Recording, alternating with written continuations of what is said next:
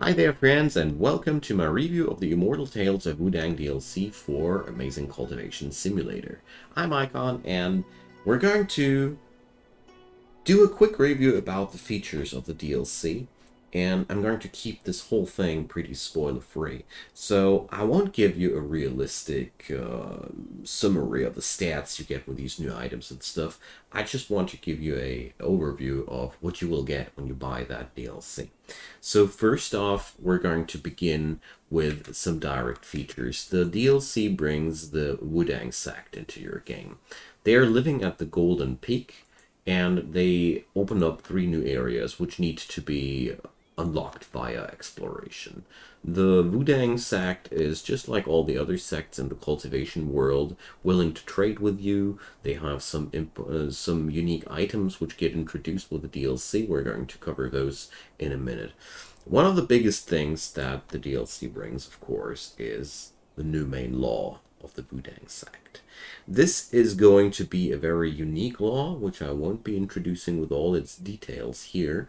We're going to talk about it here, what it can do, and then I'm going to show you the start of how to earn it, and then it's up to you what you want to do. So the law of that sect is a late game law. It's truly something for experienced players, and if you are new to the game, this DLC is therefore not too important for you. So the new law has a lot of manuals, and it is yin-yang based. So that means it strives for some sort of equilibrium. In that meaning, the new law has skills which are either oriented towards yin or yang. And the more skills you learn from, if you learn a yin skill, you'll buff attributes wording to that yin status, but you will also debuff your yang side. So you can strive for different builds with this new law. So you can go for a one-sided build, a yin or yang build, which has severe strengths on one side, offensive or defensive, and downsides on the other one. Then there's the balanced build, which is supposed to even out a lot of these things, but is supposed to give you other bonuses for the entire sect. I haven't tried that out yet. What that exactly means, I can't tell you. And last but not least, this law also features a new way of working with the sub-spirits of your primordial spirit cultivators. If that doesn't ring a bell for you, don't you worry. One day, when you've played this game too long, you know what sub-spirits are and you want all of them. So basically, sub-spirits are a resource, a late-game resource of the game. And with that law, you can make them fight for you instead of just binding them into items and doing boring, upgradey items. So I don't really know much more about the law so far, but it's clear that it's supposed to be something which you are supposed to experiment around with it and get new and try around. So to acquire this law, you need to go to the Wudang sect's main main sect area, and visit that Spirit Stone Golden Hall. Click the inspiration button, and then you can try and meditate on the acquisition of this new law. So meditate on the wonder. So state, the higher your cultivation state, the better, intelligence and luck. So I personally try a demigod with 10 of the intelligence and 10 luck, and I'd say you should be good to go. I haven't tried it out yet, and by the time that I'm recording this review, I haven't acquired the law myself, but once there is enough knowledge around, just press these little 3 dots here, and you will know what needs to be known. But until then, that's all I can say. And this law sounds like something experienced players would be mostly interested in. Okay, so the other thing we can do here is, of course, exploring this sect's area, and you might have not noticed it initially, but this map is freaking huge. Like all the extra maps from this DLC. They contain a lot of different new items. So here's Sacred Nimbus Plate, which can be acquired by observing. So this mod does add this DLC does add, if I remember correctly, 16 new decorational items which can be acquired via observing, like these drums here, lots of shenanigans. The whole area here is rebuilt like the historical Wudang mountain in China. I didn't know that this was a thing before I played around with the DLC, but yeah, that's the thing. But we're going to talk about that in a couple of minutes when I review the area as a whole.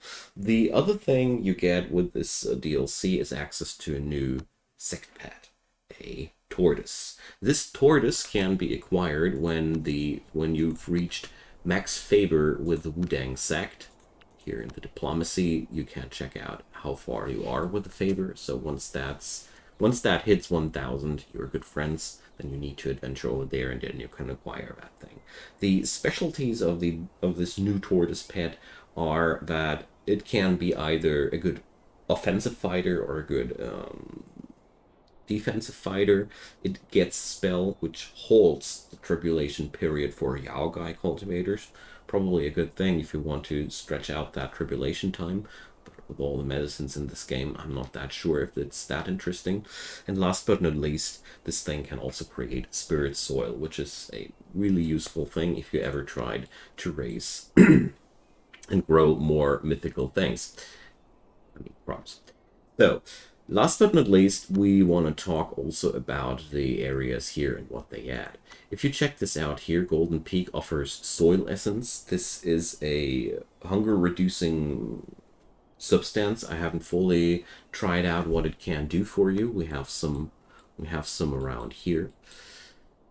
Most importantly, I think it is a new form of food, but I haven't experimented around with that so much. Way more interesting than that is, for one, the Chi fasting pill. It's like a massively upgraded fasting pill, 30 days of fasting, if you want to keep your outer disciples on a low diet. But my personal favorite here was the, wait a sec, what was it? We need to trade for it. Was the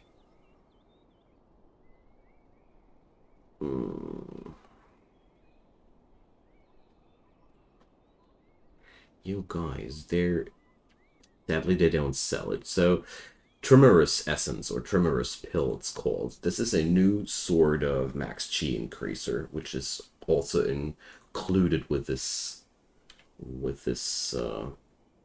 new DLC. Oh, give me a sec. Check it out. It must be here.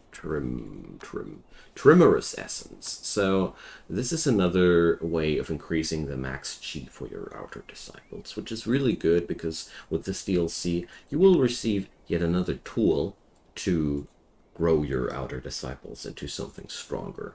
So on top of that, we also gain the blueprints of a new smithing item and a couple of new artifacts, which are also late game items. For the exact ways of acquisition for these items, feel free to check out the patch notes of that patch. Where was it here? We did have a forge here. So the new thing here is the Sword of Tao, which is a special new sword type weapon which we can use, and the Fly Whisk. Last but not least, there was one more equipment item which I forgot about, but these are all merely minor additions. So overall, what I did enjoy here about this DLC the most were the new options of acquiring things. So you see here, adventuring at the reattainment table has a chance of giving you spirit wood, which is really massive. You also gain a new area which drops marble, jade, holy stone, and divine jade. Holy stone is a really important ingredient for the mini universe in your sect, and has been originally only really reliably found in the Drake Cave. So compare Kunlun's distance to this distance, so this is a real upside. And last but not least, you can also farm talisman, raw talisman materials directly there. These are really big buffs. On top of that, this law is, of course, the same. You get the same benefits of a new law like you get with any other law, but overall, the DLC is really not too costly, and therefore it doesn't also add too many things into the game.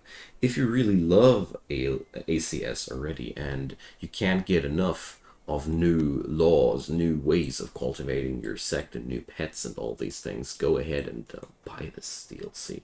But if the base game already is overwhelming you a wee bit, you don't really need to stress yourself out with that DLC, because the main things it gives to you are a new late game toy and the some new methods of acquiring resources, which were a little bit harder to acquire without the DLC. Overall, I'd say the Wudang DLC adds more value into the game than the Bamboo Forest DLC.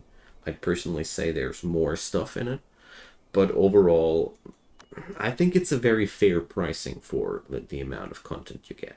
There's only a couple of items which are included, but they are really useful. Like I mentioned, the Trimmerous Essence. If I didn't get that wrong, please don't nail me down on that, but I think the Trimmerous Essence pills were those which increase the max chi. This is really massive, because everything which increases maximum chi on outer disciples is a big bonus, which makes your early game easier. But beyond that, yeah, it's cool to have it, but you certainly won't die a painful death if you don't. The gist of it there, I really like the new DLC because I can't get enough of new laws and all that, but I personally will play the vanilla base game a lot longer before I even get deeper into the DLC. So my verdict, is it a good DLC? Totally. Do you need it immediately? Only if you're already around the end game of that game and you're already growing tired with the things the game has to offer for you. Apart from that, if you are curious and you want to support the developers of this game, just go ahead and buy it. There's no second doubts. But beyond that, I'd say I made it clear. It's a small DLC, but also is the price. So there's really nothing bad I could say about that. So thanks for watching, dear friends. If that was helpful for you, if there are any questions left, drop it down into the comments. Otherwise, leave a thumbs up on that video to make it more visible. And of course, check out my channel.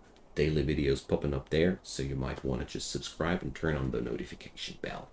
So, have a good time and have fun with Amazing Confusion Simulator. See you soon, guys. Bye-bye.